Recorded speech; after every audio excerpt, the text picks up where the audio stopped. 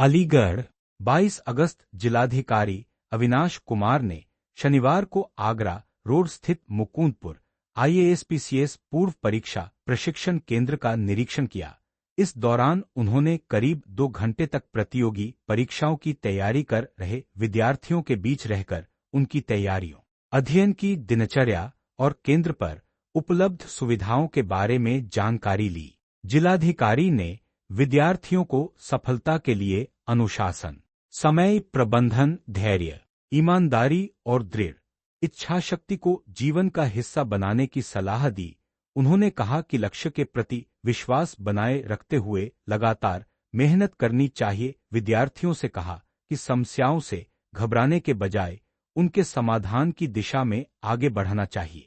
संवाद के दौरान विद्यार्थियों ने अध्ययन के लिए आवश्यक पुस्तकों, टेस्ट सीरीज, मेंटरशिप, बिजली और इंटरनेट जैसी सुविधाओं की मांग रखी। जिलाधिकारी ने उनकी समस्याओं को गंभीरता से लेते हुए आवश्यक पुस्तकें उपलब्ध कराने के निर्देश दिए। साथ ही प्रशिक्षण केंद्र में 24 घंटे विद्युत आपूर्ति और निःशुल्क वाईफाई की सुविधा उपलब्ध कराने की बात कही। उन्होंने नियमित टेस्ट एवं टेस्ट सीरीज तथा मेंटरशिप कार्यक्रम के लिए रोस्टर तैयार कराने के भी निर्देश दिए। निरीक्षण के दौरान जिलाधिकारी ने साफ सफाई और भोजन की गुणवत्ता पर भी विशेष जोर दिया।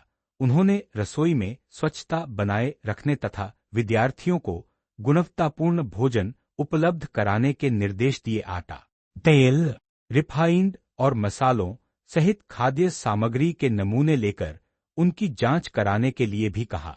केंद्र में वर्तमान में अलीगढ़ के अलावा गाजीपुर, मऊ, मैनपुरी, फिरोजाबाद, महाराजगंज, मेरठ और प्रतापगढ़ सहित कई जिलों के करीब 40 विद्यार्थी निःशुल्क रहने और भोजन की सुविधा के साथ प्रतियोगी परीक्षाओं की तैयारी कर रहे हैं। निरीक्षण के दौरान जिलाधिकारी ने लोअर पीसीएस परीक्षा की तैयारी कर रहे छात्र अमन कुमार से भी मुलाकात कर उन्हें परीक्षा में बेहतर प्रदर्शन के लिए महत्वपूर्ण टिप्स दिए।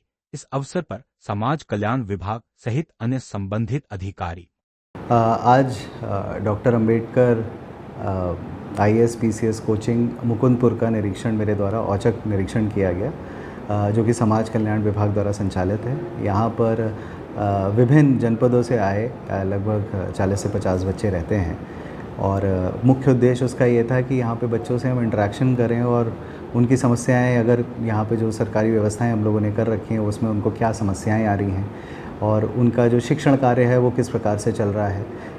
तो कतिपय कुछ जो कमियां पाई गई, जैसे साफ़ सफाई की, या फिर कुछ बच्चों ने कुछ बिजली की समस्या भी बताई, तो उसको सभी अधिकारियों को निर्देशित कर दिया गया है। जिला समाज कल्याण अधिकारी और हमारे साथ डीडी साहब भी थे उनको कि इसको समय अंतर्गत इनका निराकरण कर लिया जाए।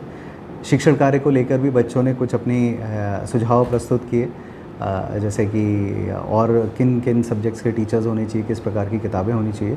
तो वो सभी सुझाव को हम लोगों ने नोट कर लिया है और हम लोग ज़िला प्रशासन उसको उनका निराकरण कराना सुनिश्चित करें। देखिए, बच्चों के साथ यहाँ पे मिलकर बहुत अच्छा लगा।